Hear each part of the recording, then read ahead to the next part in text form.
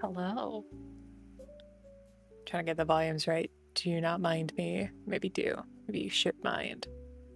I'm realizing I also didn't pop out the YouTube chat, so let me get on that really quick as well. So I can have them both on one monitor. Where'd my Twitch one go now? Okay, there we go. Hello. Welcome. To more. Oh, he's purple. He's purple today. Look at him. Why is he purple? The stream avatars do block the chat box, but I don't really feel like moving it, so we're just gonna stay there, I think. We're gonna stay there because I can't be bothered doing anything different. Welcome in. I hope you're back ready for more Frankenstein. We are starting with Volume 2, Chapter 5. Last stream, Victor is in the mountains with his family, taking a nice little vacation, nice little respite. They had some bad things happen to them. Victor goes off by himself to just brood, and while he's in the mountains, who does he meet? His monster. He's wanting to kill the monster, and the monster is like, bro, buddy, I could slap you 2 ways to Tuesday, 5 seconds flat. I don't want to kill you, and I don't want to kill anyone else. I just need you to make me happy, and if you make me happy, boom, done. I won't hurt anyone. I'll go back to being the gentle beast I used to be. And Victor's like, no. I think you killed my baby brother. You should die. I'm not gonna do anything for you. And the monster's like, well, what if you just listen to my tale and then make a decision after, like they do in those court cases you humans have? And Victor Frankenstein was like, well, I don't really have a choice, do I? Well, I guess I'll hear you out. I probably won't change my mind, though. And the monster does. He talks about how he had to like learn all the senses. He lived in the woods for a good little bit and like kind of learned things as he went. And now he's currently living in kind of like a hidden space in a poor farm house. Outside a poor farmhouse. I don't know how to explain it. There's a elderly father who is blind and his 2 children. He's been chopping wood in the middle of the night for them to try and help and trying to like learn language from just snooping on them. And he's gotten a bit parasocial with it. Just like I've gotten a little bit parasocial with Big Brother season 27. I'm so mad. I need to figure out good free VPNs because I can't watch the live feeds of Big Brother from Canada, and that sucks. I want to be nosy. Because I feel like the confessionals, when I've like been watching videos of like the earlier seasons, the confessionals seem to be like genuine. Meanwhile, in this one, I'm like, I caught up so fast on season 27 because I was just skipping half the confessionals. So I'm like, you're just explaining things that I heard 5 seconds ago. I don't need this again. So I've been finding clips of the live feeds, and it's changing my opinion on some of the people.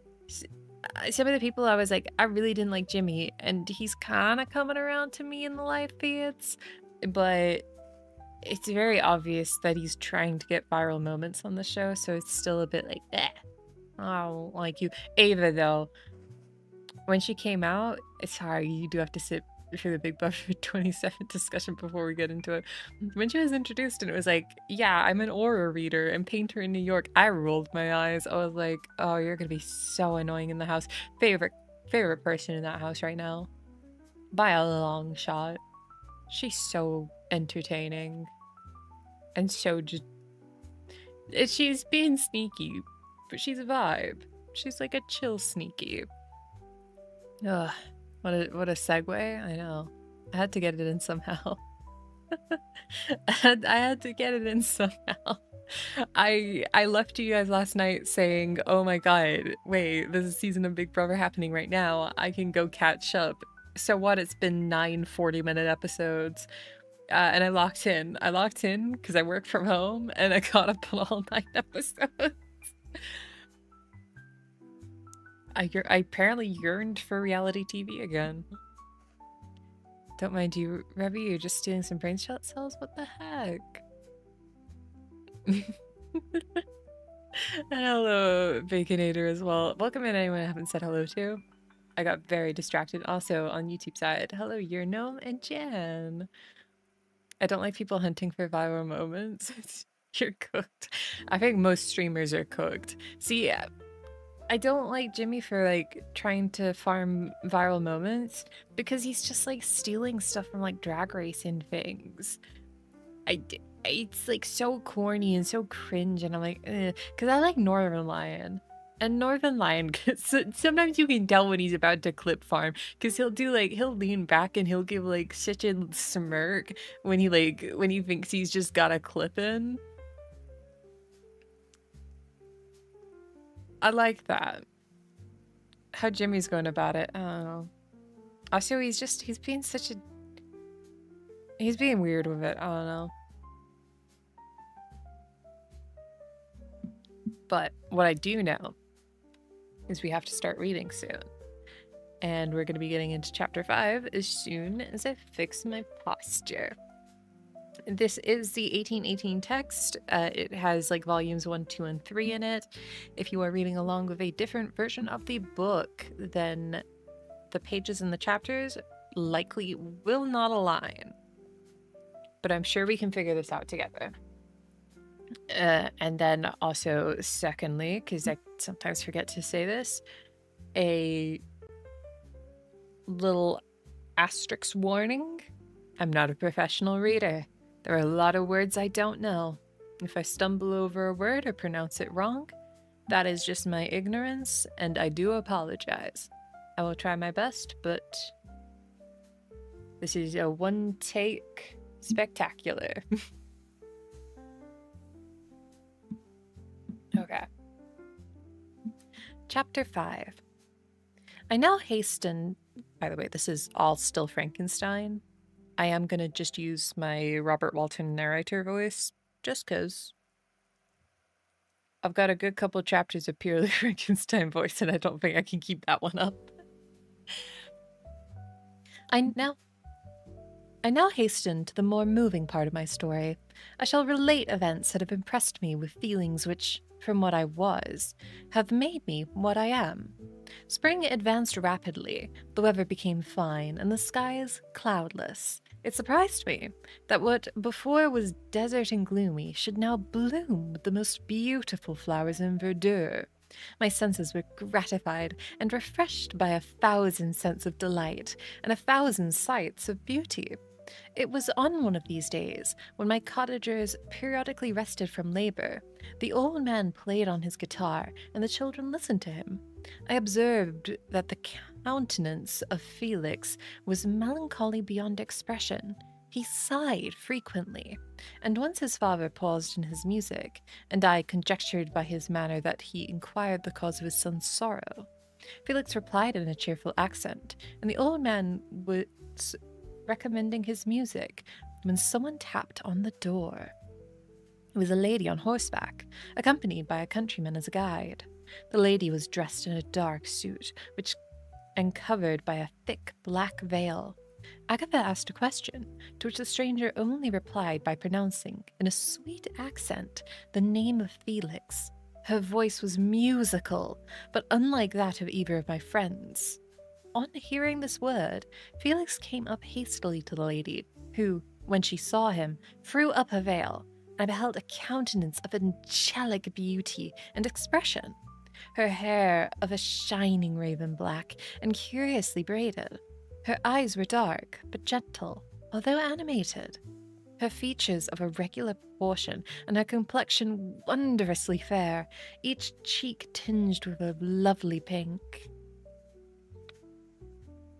Felix seemed ravished with delight when he saw her. Every trait of sorrow vanished from his face, and it instantly expressed a degree of ecstatic joy, of which I could hardly have believed it capable.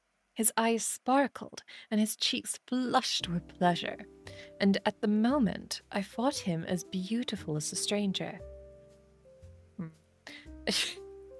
She appeared affected by different feelings, wiping a few tears from her lovely eyes. She held out her hand to Felix, who kissed it rapturously, and called her, as well as I could distinguish, his sweet Arabian. She did not appear to understand him, but smiled. He assisted her to dismount, and dismissing her guide, conducted her into the cottage. Some conversation took place between him and his father, and the younger stranger knelt at the old man's feet, and would have kissed his hand, but he raised her and embraced her affectionately. I soon perceived that although the stranger uttered articulate sounds and appeared to have a language of her own, she was neither understood by, or herself understood, the cottagers.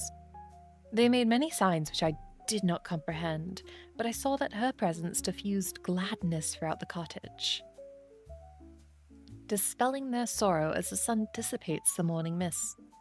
Felix seemed particularly happy, and with smiles of delight welcomed his Arabian. Agatha, the ever-gentle Agatha, kissed the hands of the lovely stranger, and, pointing to her brother, made signs which appeared to me to mean that he had been sorrowful until she came. Some hours passed thus, while they, by their countenances, expressed joy, the cause of which I did not comprehend.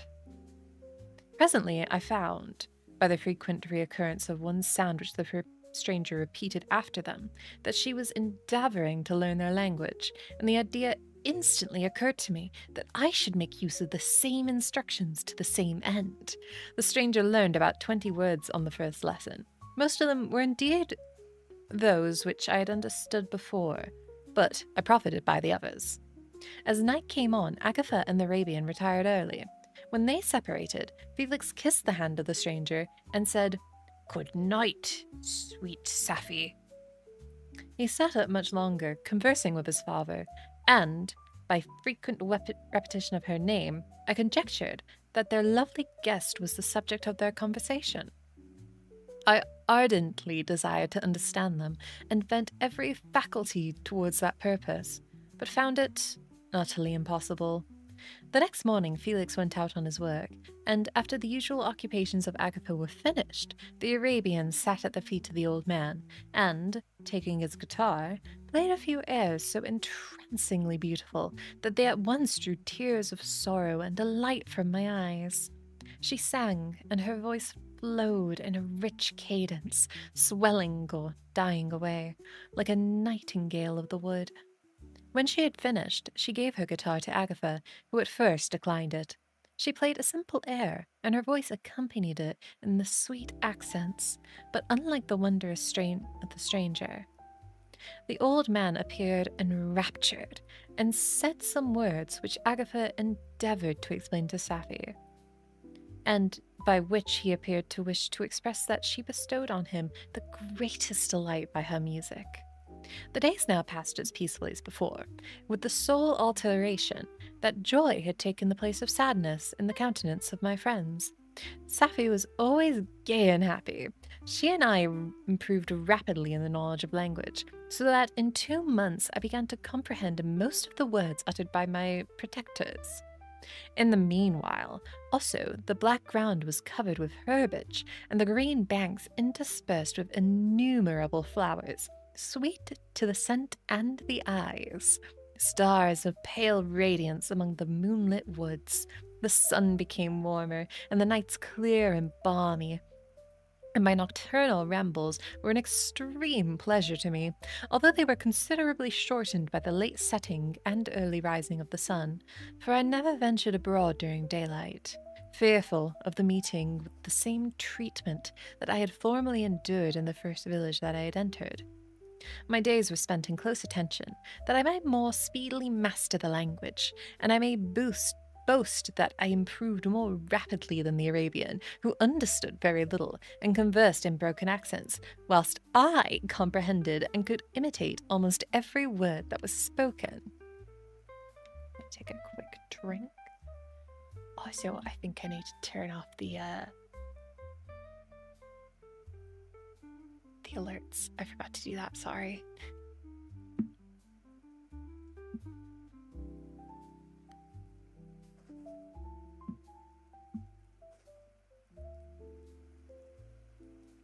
The book from which Felix instructed Sapphi was Volney Ruins of Empires. I should not have understood the purport of this book had not Felix, in reading it, given the minute explanations. He had chosen this work, he said, because the declamatory style was framed in imitation of Eastern authors. Through this work, I obtained the cursory knowledge of history and a view of the several empires at present existing in the world. It gave me an insight into the manners, governments, and religions of the different nations of the earth. I had heard the slothful Asiatics, of the stupendous genius and mental activity of the Grecians, of the wars and wondrous virtue of the early Romans, of their subsequent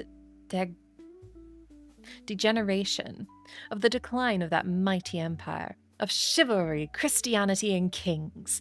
I heard of the discovery of the American hemisphere, and wept with Sapphi over the helpless fate of its original inhabitants. These wonderful narrations inspired me with strange feelings. Was man, indeed, at once so powerful, so virtuous and magnificent, yet so vicious and base? He appeared at one time a mere scion of the evil principle, and at another as all that can be conceived of noble and godlike. To be a great and virtuous man appeared the highest honor that can befall a sensitive being. To be base and vicious, as many on record have been, appeared the lowest degradation, a condition more abject than that of a blind mole or harmless worm. For a long time I could not conceive how one man could go forth to murder his fellow, or even why there were laws and governments. But when I heard the details of vice and bloodshed, my wonder ceased, and I turned away with disgust and loathing. Every conversation of the cottagers now opened new wonders to me. While I listened to the instructions which Felix bestowed upon the Arabian, the strange system of human society was explained to me. I heard of the division of property, of immense wealth and squalid poverty, of rank, descent, and noble blood. The words induced me to turn towards myself. I learned that the possessions most esteemed by our fellow creatures were high and unsullied descent united with riches. A man might be respected with only one of these acquisitions, but without either he was considered, except in very rare instances, as a vagabond and a slave, doomed to waste his powers for profit of the chosen few.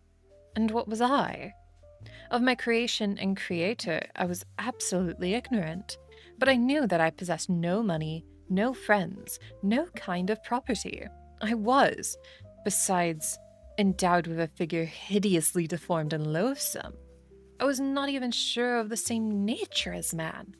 I was more agile than they, and could subsist on coarser diet. I bore the extremes of heat and cold with less injury to my frame. My stature far exceeded theirs. When I looked around, I saw and heard of none like me. Was I then a monster? A blot upon the earth from which all men fled, of whom all men disowned? I cannot describe to you the agony that these reflections inflicted upon me. I tried to dispel them, but sorrow only increased with their knowledge. Oh, that I had forever remained in my native wood, nor known or felt beyond the sensations of hunger, thirst, and heat. Of what strange nature is knowledge? It clings to the mind when it has once seized on it, like a lichen on the rock. I wished sometimes to shake off all thought and feeling, but I learned that there was but one means to overcome the sensations of pain, and that was death, a state which I feared yet did not understand. I admired virtue and good feelings, and loved the gentle manners and amiable qualities of my cottagers, but I was shut out from intercourse with them, except through means which I abstained by stealth, when I was unseen and unknown, and which rather increased than satisfied the desire I had to become one among my fellows. The gentle words of Agatha and animated smiles of the charming Arabian were not for me. The mild exhaustions of the old man and lively conversation of the loved Felix were not for me. Miserable, unhappy wretch. Other lessons were impressed upon me even more deeply. I heard of the differences of sexes, of the birth and growth of children, how the father doted on the smiles of the infant, and the lively sallies of the older children, how all life and cares of the mother were wrapped up in the precious charge, how the mind of the youth expanded and gained knowledge of brother, sister, and all various relationships which bind one human being to another in mutual bonds.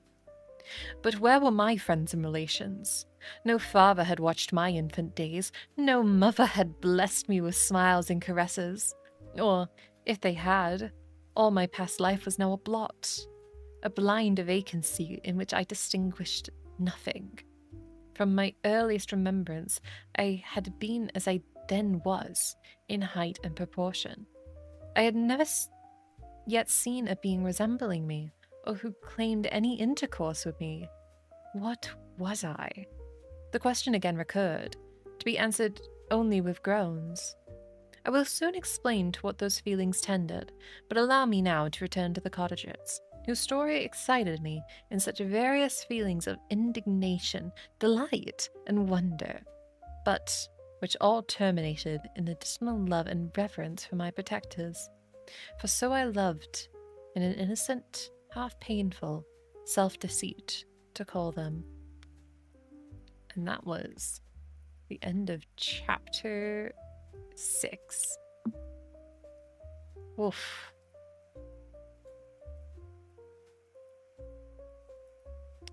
Poor Frankenstein.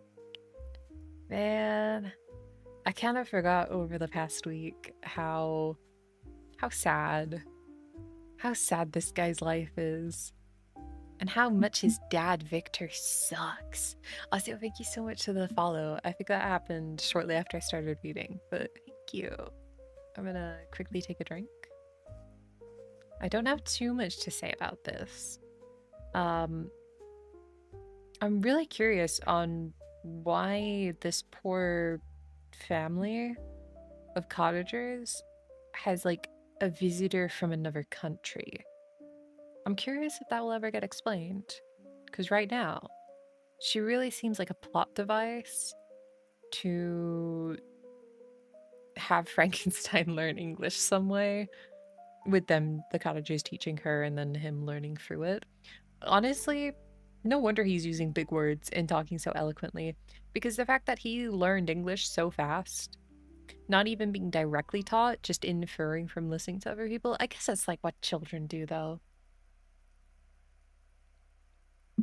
I'm thinking of him as like a grown man, but honestly, like, he's kind of like toddler in years. I guess his brain would have been an adult brain. It's just hard not to see him as a child with how little he knows of the world and everything.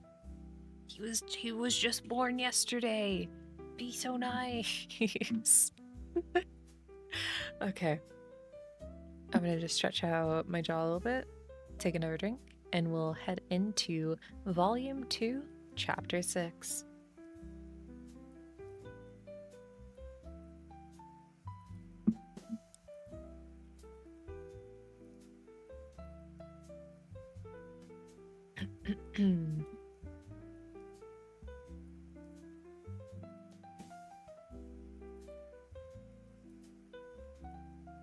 Some time elapsed before I learned the history of my friends. It was one which could not fail to impress itself more deeply in my mind, unfolding as it did a number of circumstances, each interesting and wonderful to one so utterly inexperienced as I was. The name of the old man was de Lacy. He was descended from a good family in France, where he had lived for many years in affluence, respected by his superiors and beloved by his equals. His son was bred in service of his country, and Agatha had ranked with the ladies of the highest distinction. A few months before my arrival, they had lived in a large, luxurious city called Paris, surrounded by friends, and possessed of each enjoyment with virtue, refinement, of intellect or taste, accompanied by a moderate fortune could afford. The father of Safi had been the cause of their ruin. He was a Turkish merchant and had inhabited Paris for many years when, for some reason which I could not learn, he became obnoxious to the government. He was seized and cast into prison the very day that Safi had arrived from Constantinople to join him. He was tried and condemned to death. The injustice of his sentence was very flagrant. All Paris was indignant, and it was judged that his religion and wealth, rather than the crime alleged against him, had been the cause of his condemnation. Felix had been present at the trial. His horror and indignation were uncontrollable when he heard the decision of the court. He made, at that moment, a solemn vow to deliver him, and then looked around for the means. After many fruitless attempts to gain admittance to the prison, he found a strongly grated window in an unguarded part of the building, which lighted the dungeon of the unfortunate Mahometan, who, loaded with chains, waited in despair the execution of the barbarous sentence. Felix visited the grate at night and made known to the prisoner his intentions in his favor. The Turk, amazed and delighted, endeavored to kindle the zeal of his deliverer by promises of reward and wealth. Felix rejected his offer with contempt. Yet, when he saw the lovely Safi, who was allowed to visit her father, and who, by her gestures, expressed her lively gratitude, the youth could not help owning to his own mind that the captive possessed a treasure which would fully reward his toil and hazard. The Turk quickly perceived that the impression that his daughter had made on the heart of Felix, and endeavored to secure him more entirely in his interests by the promise of her hand in marriage, so soon as he should be conveyed to a place of safety. Felix was too delicate to accept this offer, yet he looked forward to the probability of that event as to the consummation of his happiness.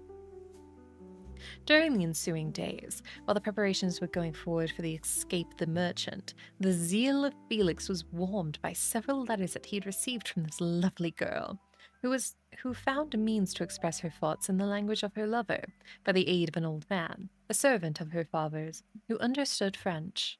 She thanked him in the most ardent terms for his intended services towards her father, and at the same time she gently deplored her own fate.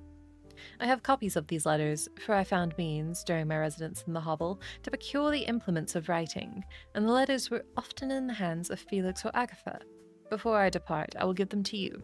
They will prove the truth of my tale, but at the present, as the sun is already far declined, I shall only have time to repeat the substance of them to you. Safi related that her mother was a Christian Arab, seized and made a slave by the Turks, recommended by her beauty. She had won the heart of the father of Safi, who married her.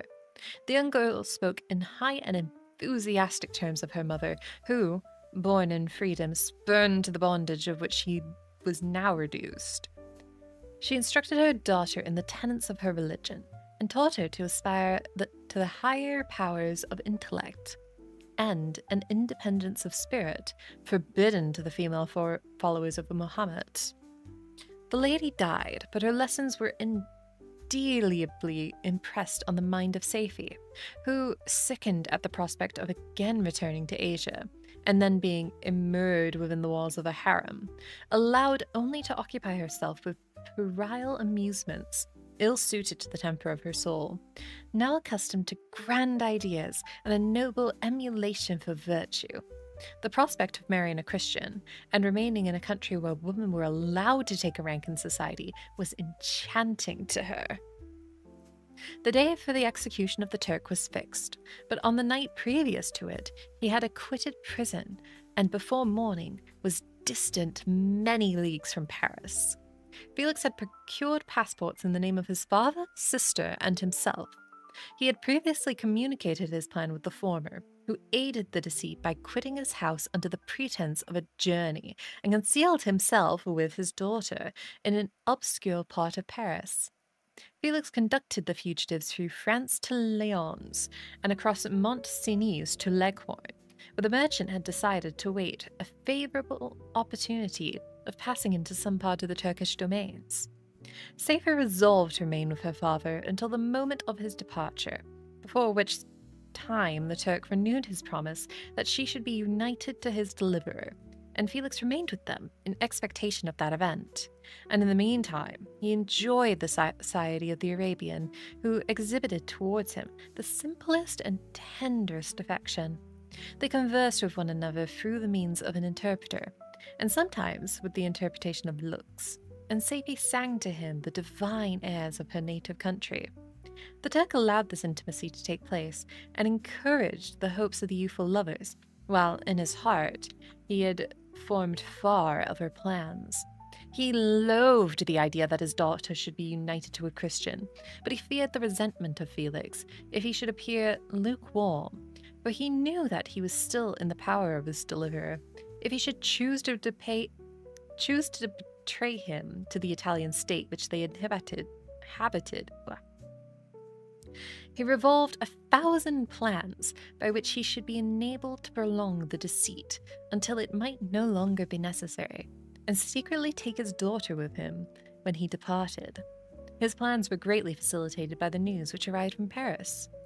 The government of France were greatly enraged by the escape of their victim, and spared no pains to detect and punish his deliverer.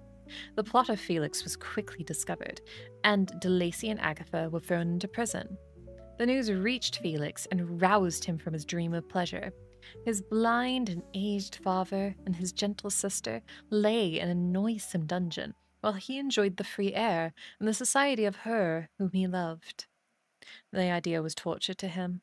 He quickly arranged with the Turk that if the latter should find a favorable opportunity for escape before Felix could return to Italy, Safi should remain as a boarder and convent at Leghorn, and then, quitting the lovely Arabian, he hastened to Paris and delivered himself up to the vengeance of the law, hoping to free De Lacy and Agatha by his proceeding. He did not succeed. They remained confined for 5 months before the trial took place, and the result of which deprived them of their fortune and condemned them to the perpetual exile from their native country. They found a miserable asylum in the cottage in Germany, where I discovered them. Felix soon learned that the treacherous Turk, for whom he and his family endured such unheard of oppression, on discovering that his deliverer was thus reduced to poverty and impotence, became a traitor to good feelings and honor, and had quitted Italy with his daughter, insultingly sending Felix a pittance of money to aid him, as he said in some plan of future maintenance. Such were the events that preyed on the heart of Felix, and rendered him, when I first saw him, the most miserable of his family. He could have endured poverty, and when his distress had been the meed of his virtue, he would have gloried in it.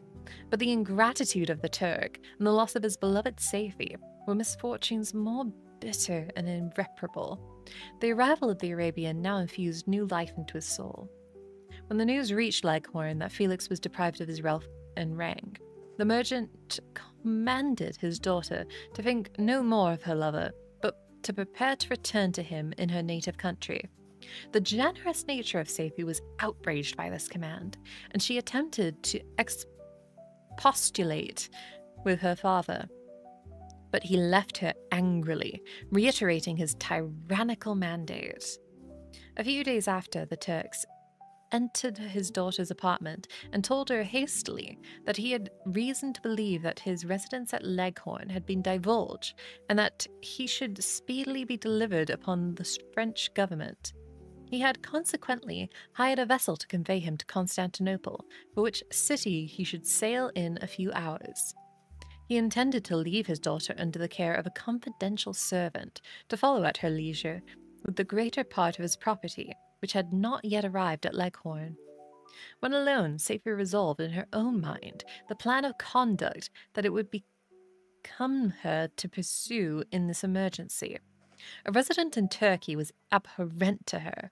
Her religion and feelings were alike adverse to it. By some papers of her father, which fell into her hands, she heard of the exile of her lover and learnt the name of the spot where he then resided. She hesitated some time, but at length she formed her determination. Taking with her some jewels that belonged to her and a small sum of money, she quitted Italy with an attendant, a native of Leghorn, who understood the common language of Turkey, and then departed for Germany. She arrived in safety at a town 20 leagues from the cottage of De Lacy, when her attendant fell dangerously ill.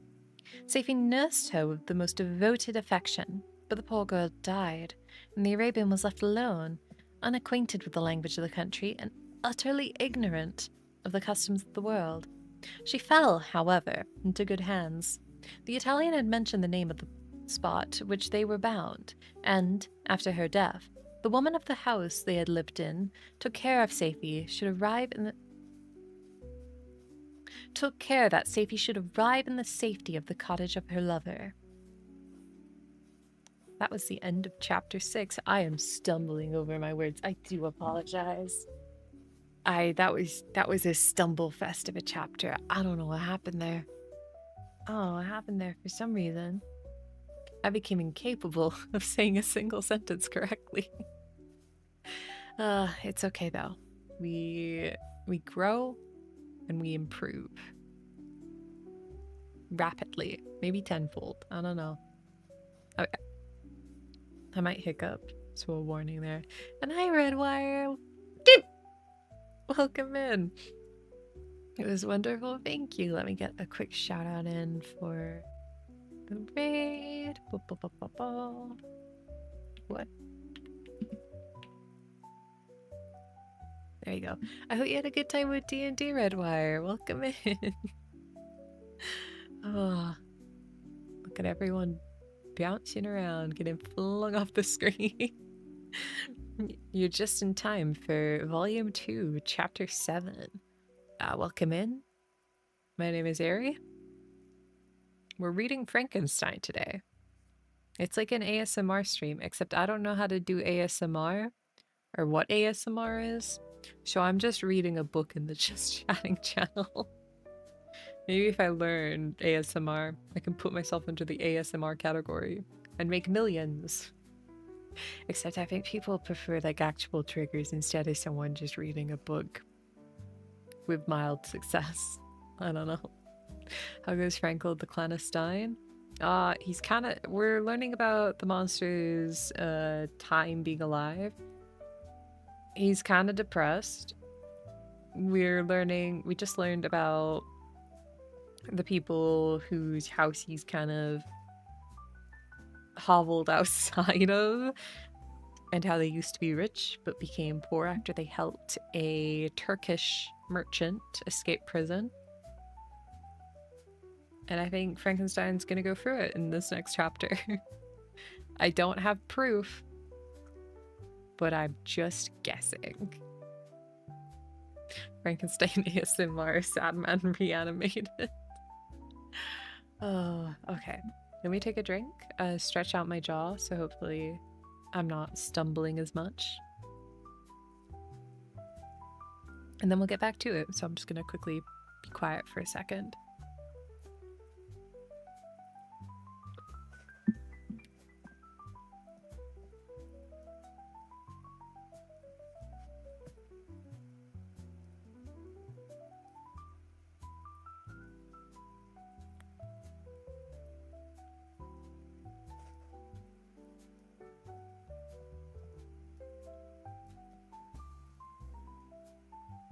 doing those like tongue stretches, you know, where you do like circles on the side of your cheek with your tongue. I'm really bad at them though, and they feel so weird, but I heard that's like it's good for not tripping over words and stuff. It's like exercises for your mouth. Like, it makes it sound really wrong. I saw it on a theater side alongside some tongue twisters.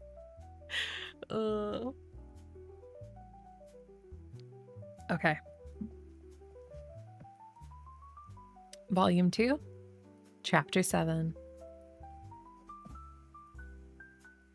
Such was the history of my beloved cottagers. It impressed me deeply. I learned, from the views of social life which it developed, to admire their virtues, and to deprecate the vices of mankind. As yet, I looked upon the crime as distant evil. Benevolence and generosity were ever present before me, inciting within me a desire to become an actor in the busy scene, where so many admirable qualities were called forth and displayed. But, in giving an account of the progress of my intellect, I must not omit a circumstance which occurred in the beginning of the month of August of the same year. One night during my accustomed visit to the neighboring wood, where I collected my own food and brought home firing for my protectors, I found on the ground a leathern portmanteau containing several articles of dress and some books. I eagerly seized the prize and returned with it to my hovel.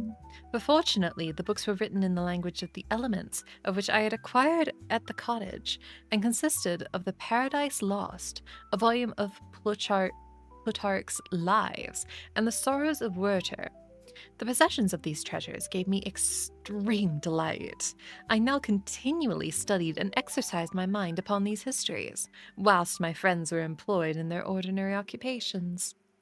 I can hardly describe to you the effect of these books. They produced in me an infinity of new images and feelings that sometimes raised me to ecstasy, but more frequently sunk me into the lowest dejection. In the Sorrows of Werther, besides the interest of its simple and affecting story, so many opinions are canvassed, and so many lights thrown upon which had hitherto been to me obscure subjects, that I found in it a never-ending source of speculation and astonishment. The gentle and domestic manners it described, combined with lofty sentiments and feelings, which had for their object something out of self, accorded well with my experience among my protectors, and with the wants which were forever alive in my own bosom. But I thought Werther himself a more divine being than I had ever beheld or imagined. His character contained no pretension, but it sunk deep. The disquisitions upon death and suicide were calculated to fill me with wonder. I did not pretend to enter into the merits of the case, yet I inclined towards the opinions of the hero, whose extinction I wept, without precisely understanding it. As I read, however, I applied much personally to my own feelings and condition. I found myself similar, and at the same time, strangely unlike the beings concerning whom I read, and to whose conversation I was a listener. I sympathized with and partially understood them, but I was uninformed in mind, and dependent on none, and related to none. The path of my departure was free, and there was none to lament my annihilation. My person was hideous, and my stature gigantic. What did this mean? Who was I? What was I? Whence did I come? What was my destination? These questions continuously recurred, but I was unable to solve them. The volume of Plutarch's Lives, which I possessed, contained the histories of the first founders of ancient republics. This book had a far different effect upon me from the Sorrows of Werther. I learned from Werther's imaginations despondency and gloom, but Plutarch taught me high thoughts. He elevated me above the wretched sphere of my own reflections, to admire and love the heroes of past ages. Many things I read surpassed my understanding and experience. I had a very confused knowledge of kingdoms, wide extents of country, mighty rivers, boundless seas. But I was perfectly unacquainted with towns. and large assemblages of men. The cottage of my protectors had been the only school in which I had studied human nature, but this book developed new and mightier scenes of action. I read of men concerned in public affairs governing or massacring their species.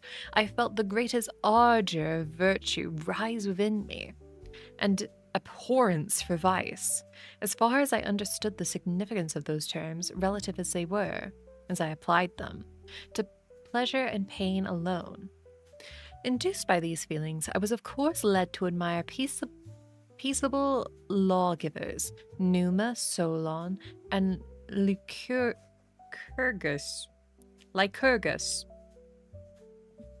in preference to Romulus and Theseus.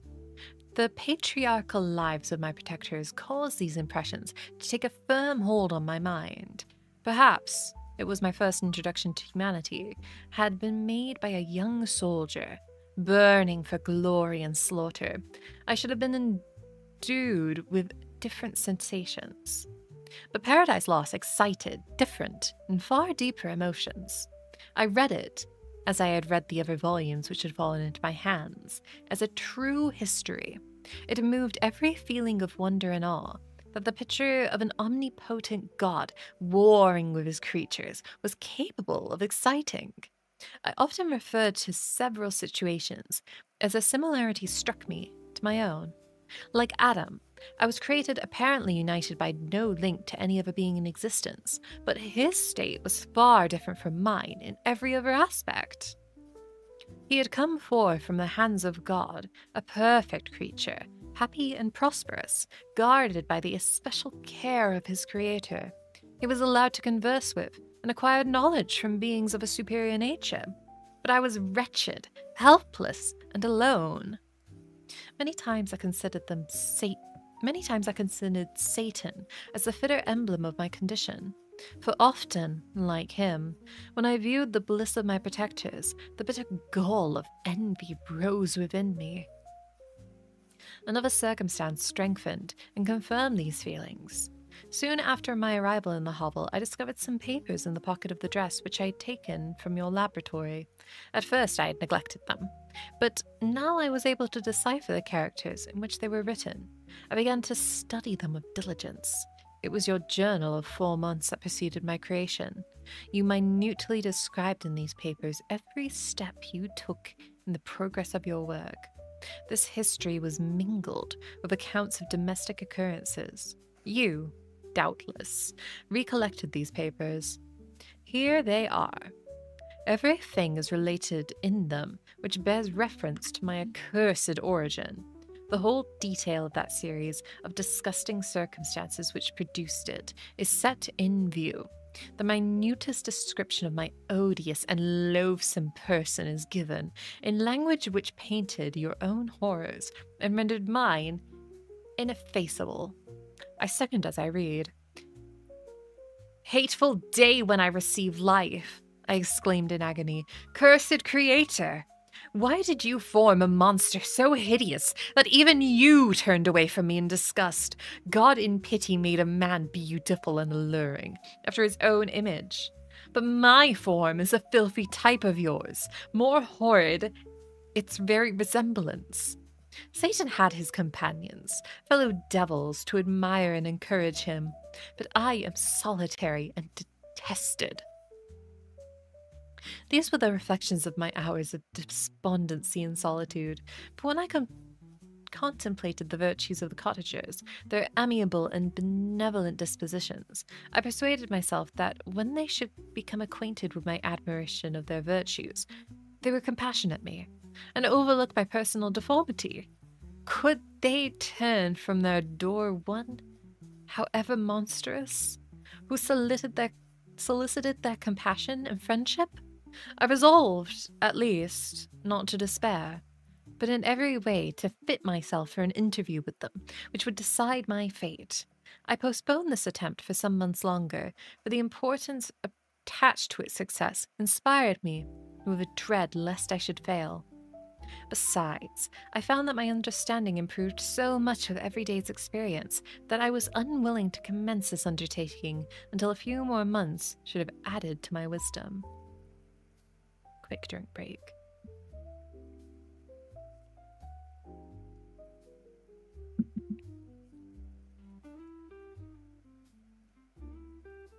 Several changes, in the meantime, took place in the cottage. The presence of safety diffused happiness among its inhabitants. And I also found that a greater degree of plenty reigned there.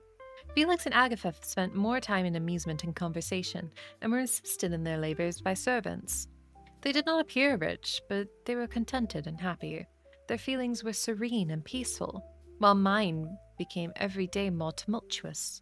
Increased of knowledge only discovered to me more clearly what a wretched outcast I was. I cherished hope, it is true, but it vanished when I beheld my person reflected in water, or my shadow in the moonshine, even as that frail image and that inconsistent shade.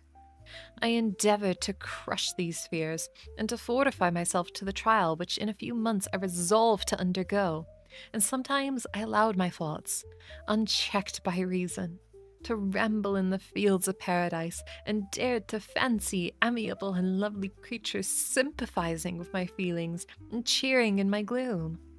Their angelic countenances breathed smiles of consolation. But it was all a dream. No Eve soothed my sorrows or shared my thoughts. I was alone. I remembered Adam's supplication to his creator, but where was mine? He had abandoned me, and, in bitterness of my heart, I cursed him. Autumn passed thus. I saw, with surprise and grief, the leaves decay and fell, and nature again assumed the barren and bleak appearance it had worn when I first beheld the woods and the lovely moon. Yet I did not heed the bleakness of the weather. I was better fitted by my conformation for the endurance of cold than heat. But my chief delights were sight of the flowers and birds, and all the gay apparel of summer. When those deserted me, I turned with more attention towards the cottagers. Their happiness was not decreased by the absence of summer. They loved and sympathized with one another, and their joys, depending on each other, were not interrupted by the casualties that took place around them. The more I saw of them, the greater became my desire to claim their protection and kindness. My heart yearned to be known and loved by these amiable creatures. To see their sweet looks turned towards me with affection was their utmost limit of my ambition. I dared not think that they would turn them from me with disdain and horror. The poor that stopped at their door were never driven away. I asked, "Is it true? For greater treasures in life than a little food or rest, I required kindness and sympathy, but I did not believe myself utterly unworthy of it." The winter advanced. An entire revolution of seasons had taken place since I awoke into life. My attention, at this time, was solely directed towards my plan of introducing myself to the cottage of my protectors. I revolved many projects, but that on which I was finally fixed on was to enter the dwelling when the blind man should be alone. I had sagacity enough to discover that the unnatural hideousness of my person was the chief object of horror with those who had formerly beheld me. My voice, although harsh, had nothing terrible in it. I thought, therefore, that if in the absence of his children I could gain the goodwill and mediation of the old de Lacy, I might, by his means, be tolerated by my younger protectors. One day, when the sun shone on the red leaves that strewed the ground and diffused cheerfulness, although it denied warmth, Sapphy, Agatha, and Felix departed on a long country walk, and the old man, at his own desire, was left alone in the cottage. When his children had departed, he took his guitar and played several mournful but sweet airs, more sweet and mournful than I had ever heard him play before. At first his countenance was illuminated with pleasure, but, as he continued, thoughtfulness and sadness succeeded. At length, laying aside the instrument, he sat absorbed in reflection. My heart beat quick, This was the hour and moment of the trial which would decide my hopes or realize my fears. The servants were gone to a neighboring fair. All was silent in and around the cottage. It was an excellent opportunity, yet, when I proceeded to execute my plan, my limbs failed me. I sunk to the ground. Again I rose, and, exerting all firmness from which I could master, removed the planks which I had placed before my hovel to conceal my retreat. The fresh air revived me, and with renewed determination, I approached the door of their cottage. I knocked. "Who's there?" said the old man. "Come in." I entered. "Pardon the intrusion," said I. "I am a traveller in want of little rest. You would greatly oblige me if you would allow me to remain a few minutes before the fire." "Enter," said De Lacy, "and I will try in what manner I can to relieve your wants. But unfortunately my children are from home, and as I am blind, I am afraid I shall find it difficult to procure food for you." "Do not trouble yourself, my kind host. I have food. It is warmth and rest only that I need." I sat down, and a silence ensued. I knew that every minute was precious to me, yet I remained irresolute in what manner to commence the interview, when the old man addressed me. "By your language, stranger, I suppose you are my countrymen? Are you French?" "No, but I was educated by a French family, and understood that language only. I am now going to claim the protection of some friends whom I sincerely love, and whose favour I have some hopes." "Are these Germans?" "No, they are French, but let us change the subject. I am an unfortunate and deserted creature. I look around and I have no relation or friend upon earth. These amiable people to whom I go have never seen me and know little of me. I am full of fears, for if I fail there, I am an outcast in the world forever." "Do not despair. To be friendless is indeed to be unfortunate, but the hearts of men, when unprejudiced by any obvious self-interest, are full of brotherly love and charity. Rely, therefore, on your hopes, and if these friends are good and amiable, do not despair." "They are kind. They are the most excellent creatures in the world, but unfortunately they are prejudiced against me. I have good dispositions. My life has hitherto harmless, and in some degree beneficial. But a fatal prejudice clouds their eyes, and where they ought to see a feeling and kind friend, they behold only a detestable monster."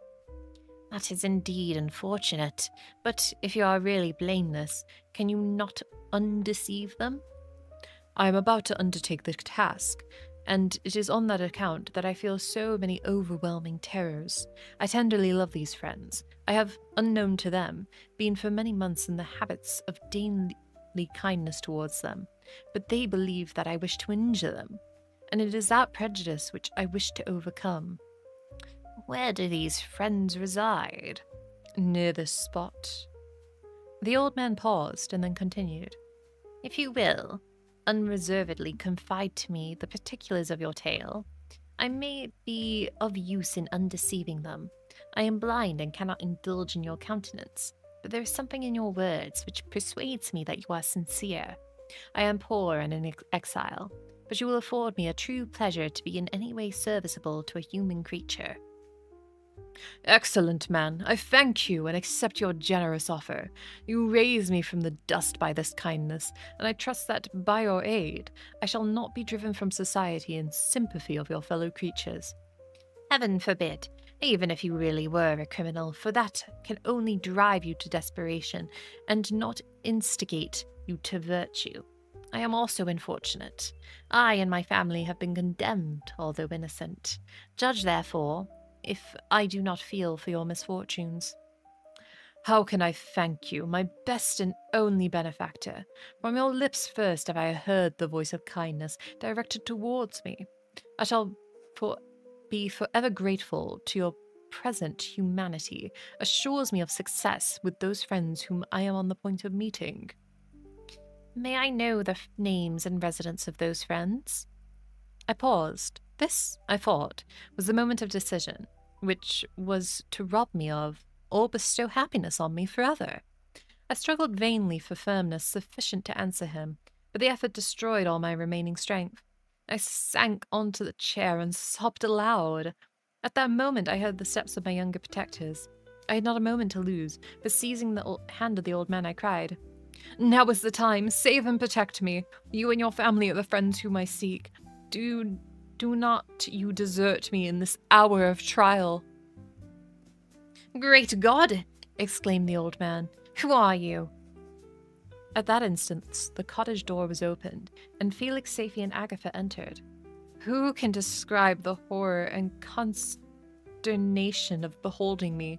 Agatha fainted, and Safie, unable to attain her friend, rushed out of the cottage. Felix darted forward, and with supernatural force tore me from his father, to whose knees I clung. In a transport of fury, he dashed me to the ground and struck me violently with a stick. I could have torn him limb from limb, as a lion rends the antelope. My heart sunk within me with a bitter sickness, and I refrained. I saw him on the point of repeating his blow when I, overcome by pain and anguish, quitted the cottage, and in the general tumult escaped unperceived to my hovel. That was the end of chapter 7. Ooh. Scary. Well, yeah, I think we all, unfortunately, could have seen that coming a little bit. Oh, poor Frankie.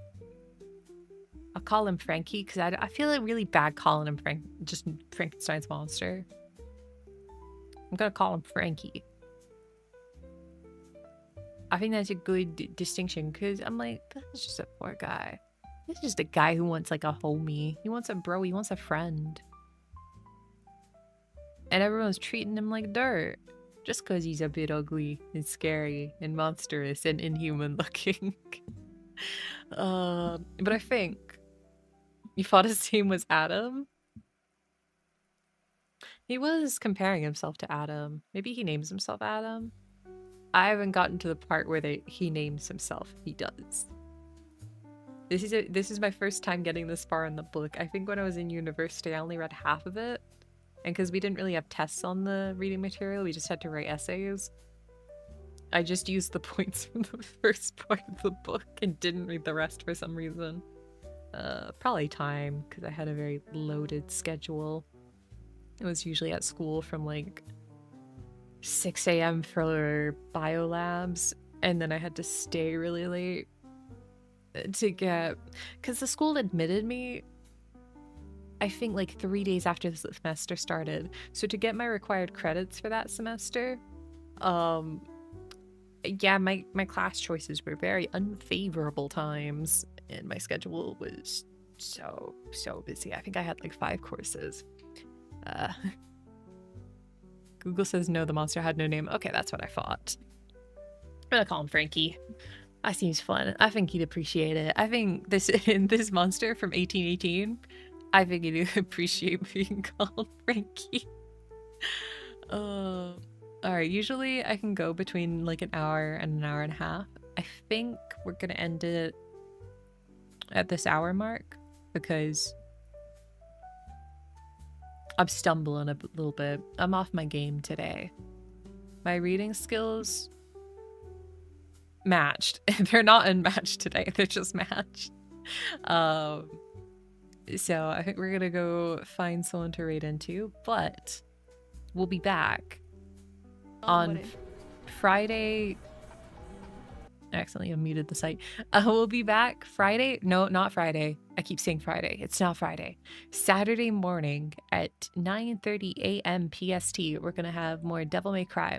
After I end the stream, I'm gonna put the waiting room up for Devil May Cry. I'm gonna put it up early, and everyone will be so proud of me for that. But for raiding into, I'm taking a look. There's a lot of people live right now, so we've got options. I think we're gonna raid into.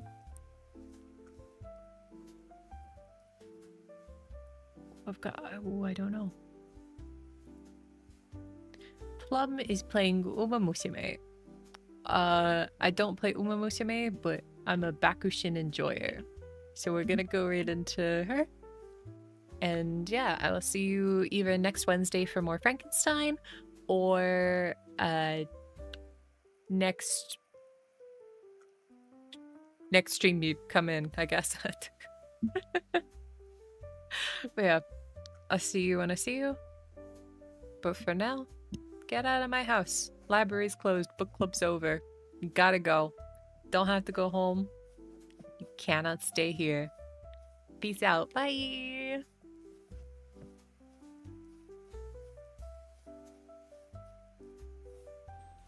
Will the carefree Haru Urara even be able to train at this rate, let alone get first place?